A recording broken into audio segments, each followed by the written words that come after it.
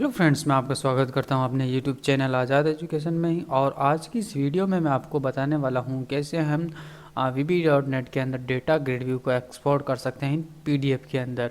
तो चलिए शुरू करते हैं। पहले जो मैं आपको दिखाता हूं, मैंने प्रोजेक्ट जो ऑलरेडी क्रिएट किया हुआ लास्ट की वीडियो में क्रिएट किया था हमने पेजिनेशन वीडियो के अंदर। तो उस वीडियो का लिंक भी मैं आपको डिस्क्रिप्शन में दे दूँगा। आप इस टोटल देख लीजिएगा कि कैसे हम पेजिनेशन क्रिएट कर सकते हैं। तो मैं पहले आपको जो है हमारा प्रोजेक्ट स्टार्ट करके आपको दिखा देता हूँ बेसिकली। ओके, हमारा प्रोजेक्ट जो है वो ये वाला है, ठीक है। यहाँ पे ये ये देखिए पेजिनेशन सिस्टम हमने क्रिएट किया था, नेक्स्ट फाइव। ओके, तो मैं यहाँ पे चाहता हूँ कि ये हमारा डेटा रिव्यू है, इसको मैं एक्सपोर्ट करना चाहता हूँ PDF के अंदर। तो उसके लिए हम क्या यूज़ करते हैं, उसके लिए हम यूज़ करते हैं एक लाइब्रेरी है iText Sharp। तो उसको कैसे इंपोर्ट करना मैं आपको बता देता हूँ। मैनेज NuGet पैकेज के अंदर चलते हैं और यहाँ पे आपको जाना है ब्राउज के अंदर। यहाँ पे आपको टाइप करना है iText Sharp, ये वाला नेम जो आपको टाइप करना है और ये आपको लाइब्रेरी जो है इंपोर्ट करनी है, ठीक है। इंपोर्ट करने के बाद हमें क्या करना है, हमें प्रोग्रामिंग स्टार्ट करनी है। तो यहाँ पे सबसे प्रोग्रामिंग स्टार्ट करते हैं। यहाँ पे एक बटन ले लेते हैं। ओके, तो यहाँ पे मैं एक बटन ऐड कर लेता हूँ और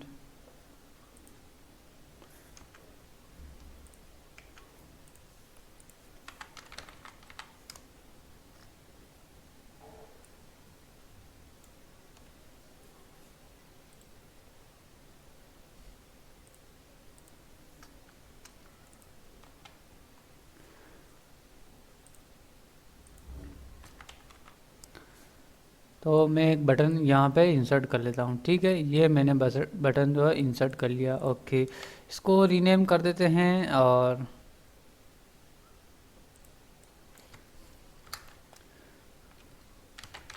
डेटा ग्रिड व्यू एक्सपोर्ट इन PDF। ओके, तो हमने एक बटन ले लिया। अब इस बटन पर जब यूज़र हमारा क्लिक करेगा तब तो ये डेटा ग्रिड जो एक्सपोर्ट करना है हमें PDF के अंदर, ठीक है। तो डबल क्लिक करते हैं, इसके लिए क्लिक इवेंट जो है क्रिएट कर लेते हैं, ठीक है। हमें यहाँ पे 3 जो है इंपोर्ट कर लेना है लाइब्रेरीज को। यहाँ पे फर्स्ट हमें इंपोर्ट करना है iText Sharp.txt and then second iText Sharp.text.pdf और फिर थर्ड हमें सिस्टम इनपुट आउटपुट, क्योंकि इनपुट आउटपुट का हम यूज़ इसलिए कर रहे हैं क्योंकि हम फाइल को यहाँ पे सेव करना चाहते हैं। ओके, तो चलते हैं हमारी प्रोग्रामिंग की तरफ। एंड यहाँ पे हमें क्या कोड लिखना है मैं आपको बता देता हूँ। सबसे पहले हम एक ऑब्जेक्ट क्रिएट कर लेते हैं। हम यहाँ पे iText Sharp की एक लाइब्रेरी है जिसका हम यूज़ करेंगे PDF टेबल, उसका नेम है। तो यहाँ पे मैं यूज़ करती, ये हमारी जो है PDF टेबल होगी। तो इसको नाम, इसका जो है ऑब्जेक्ट है वो ये है कि PDF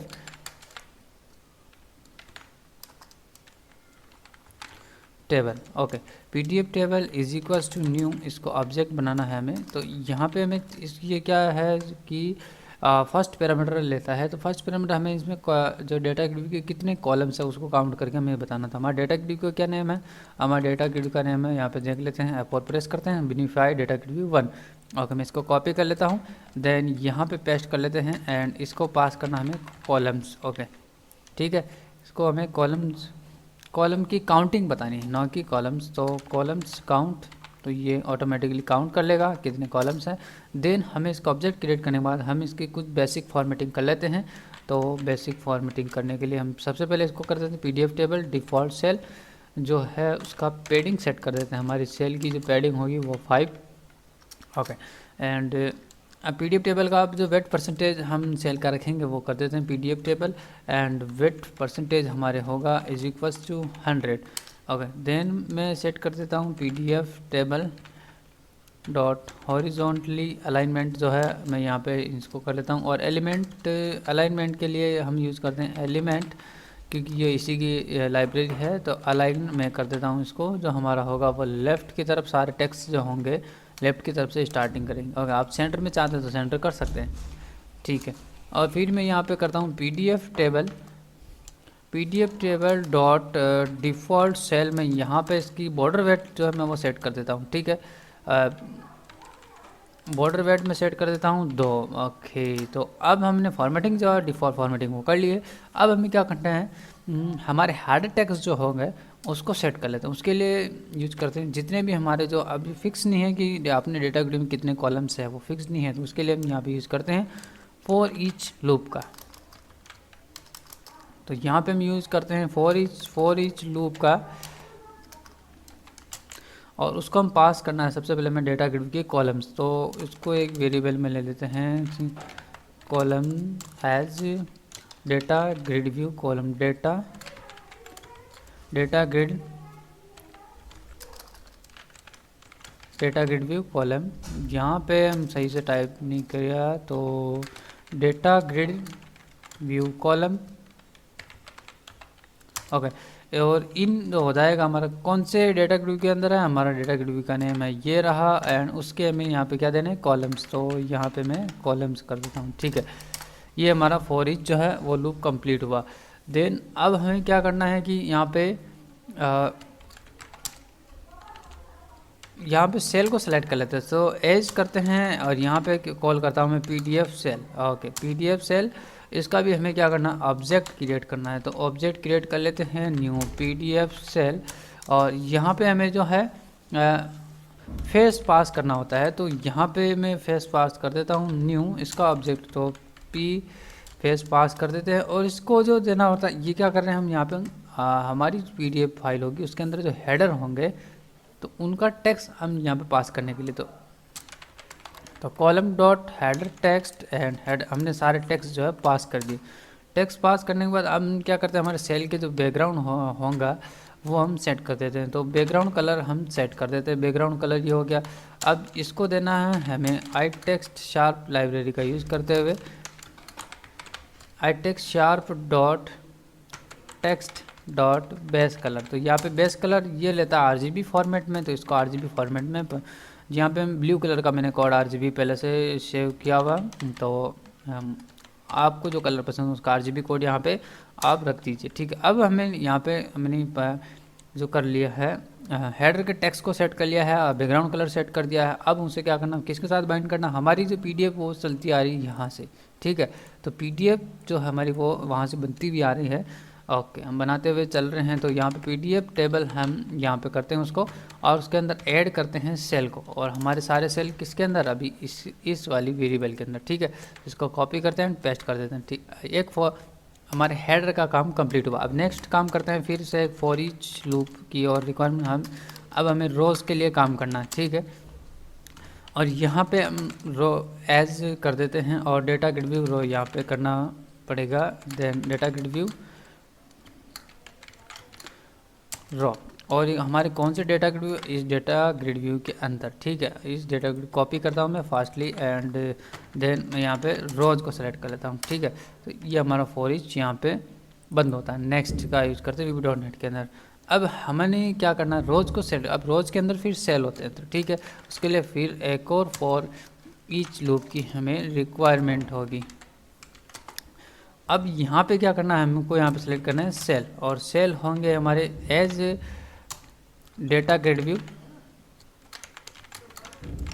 cell, data grid view cell हो जाएंगे, और इन जो हो जाएंगे। अब हम सेल किसके अंदर, इस रो के अंदर, इस रो के अंदर जितने भी सेल है इसको कॉपी करते हैं, यहाँ पे सेल्स है उनको सेलेक्ट कर लें, और उनके अंदर पहले मैं चेक कर लेता हूँ कि हमारी जो इफ़ कंडीशन लगा के हमारी सेल की जो वैल्यू है वो क्या है, एम्प्टी है, या मतलब उसके अंदर कुछ है या नहीं है। नहीं है तो उसके अंदर हमें कुछ भी टेक्स्ट ऐड नहीं करना है।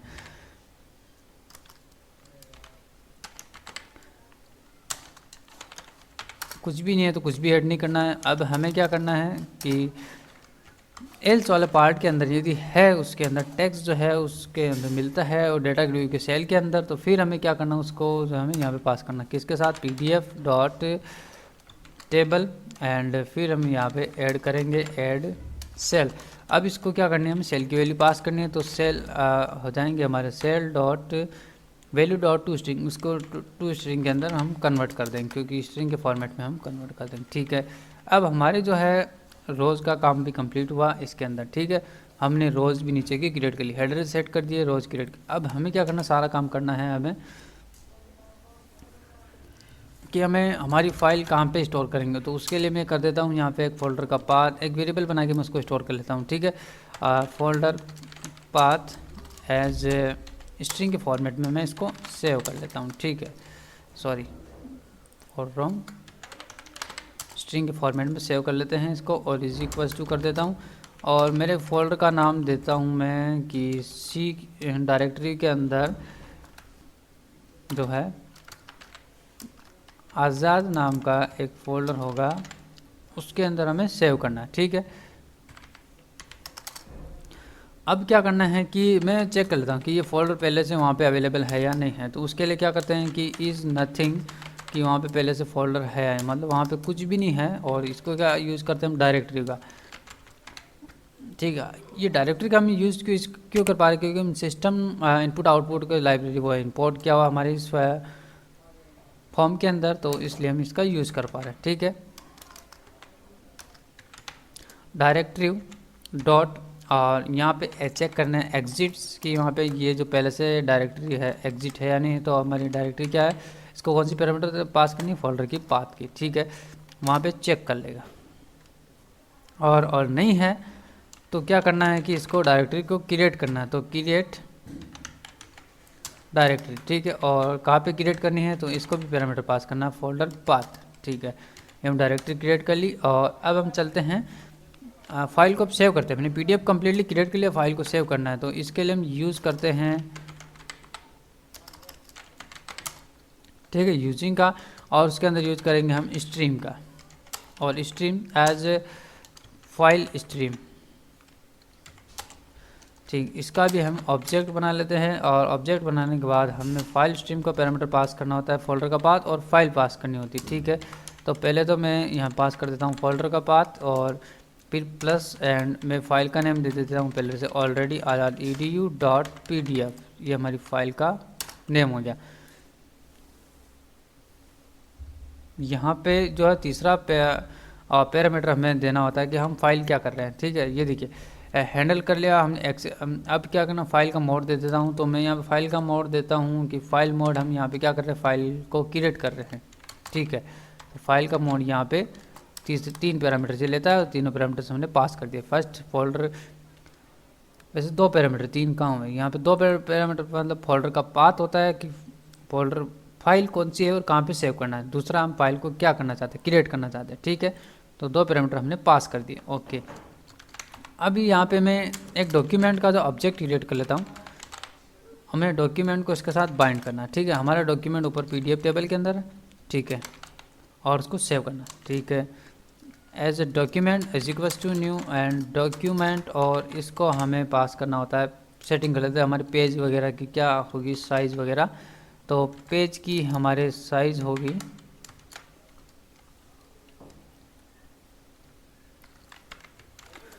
पेज साइज़ में सेट कर देता हूँ A4 मेरा पेज होगा। देन अब जो है हम यहाँ पे क्या मार्जिन सेट कर देते हैं, मार्जिन राइट क्या होगा, लेफ़्ट क्या होगा, और बॉटम पे हम 0 रखते हैं। तो मैं यहाँ पे 10.0F, ये हो गया मेरा मार्जिन।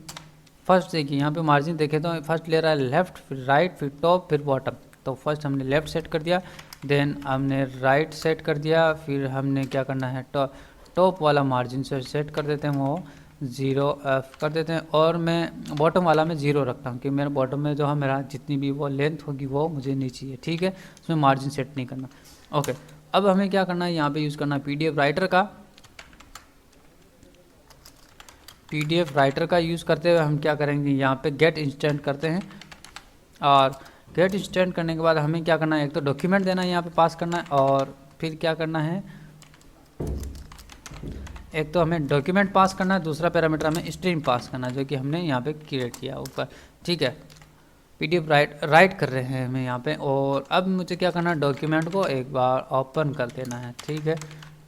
तो डॉक्यूमेंट ओपन, ओके, यहाँ पे हमने डॉक्यूमेंट को ओपन कर दिया। ओपन करने के बाद हमने उसके साथ क्या करना, डॉक्यूमेंट को जो भी हमने फाइल क्रिएट की है उसको डॉक्यूमेंट के साथ ऐड करना है, तो ठीक है। तो डॉक्यूमेंट डॉट ऐड, और हमें फ़ाइल कौन सी है, हमारी फ़ाइल है पीडीएफ टेबल, जो कि हम ऊपर से हम क्रिएट करते हुए आ रहे हैं उसको, ठीक है। एंड फिर डॉक्यूमेंट को क्या करना है, फिर कर देते हैं क्लोज़। फिर डॉक्यूमेंट को क्लोज़ कर दिया मैंने, फिर हमारी स्ट्रीम को भी हम क्या करते हैं, क्लोज़ कर देते हैं, ठीक है। क्लोज़ कर दिया, देन एक मैसेज बॉक्स हम लगा देते हैं, कि हमें पता लगे कि हमारा काम जो सक्सेसफुली हुआ या नहीं हुआ। And message box dot show. Okay, तो यहाँ पे मैं सेव कर देता हूँ PDF file exported. Okay, save कर लिया और स्टार्ट करते हैं हमारे प्रोजेक्ट को।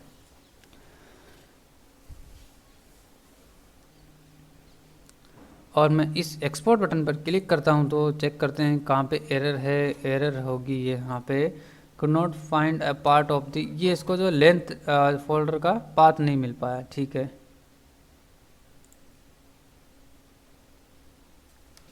ओके, तो चलते हैं हमारी सी डायरेक्टरी के अंदर। यहाँ पे क्या करते हैं कि ओके, मैं क्या करता हूँ कि यहाँ पे जैसे पीडीएफ नाम का एक फोल्डर है, तो उसको मैं से लोकली हम देखें तो इस प्रकार से एड्रेस होता है हमारा सी और फिर कॉलन फिर स्लेश और फिर यहाँ पे फोल्डर नहीं है तो उसको क्रिएट करना है। ठीक है, यहाँ पे क्या प्रॉब्लम है, ये डबल कोट डबल स्लेसेस को मैं हटा सिंगल कर देता हूँ। ठीक है, और फिर सेव करता हूँ, फिर से स्टार्ट करते हैं और फिर क्लिक करते हैं, फिर भी उसी पाथ की प्रॉब्लम है। एंड यहाँ पे कह रहा है आज़ाद और edit.pdf, तो यहाँ पे क्रिएट नहीं कर पा रहा है इस फोल्डर पाथ के लिए।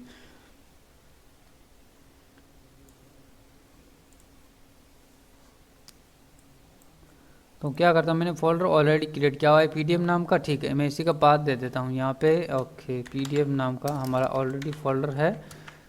एंड अब स्टार्ट करते हैं फिर से और एक्सपोर्ट बटन पर क्लिक करते हैं, तो file PDF file exported successfully. अब हम चेक करते हैं हमारा डेटा क्या है, मतलब 11 से लेके हमारा जो है 30 तक डेटा है। अब हम चेक करते हैं हमारी पीडीएफ फाइल के अंदर वो एक्सपोर्ट हुआ है नहीं हुआ। ठीक है, ये हमारी पीडीएफ फाइल है, अभी हमने क्रिएट किया। एंड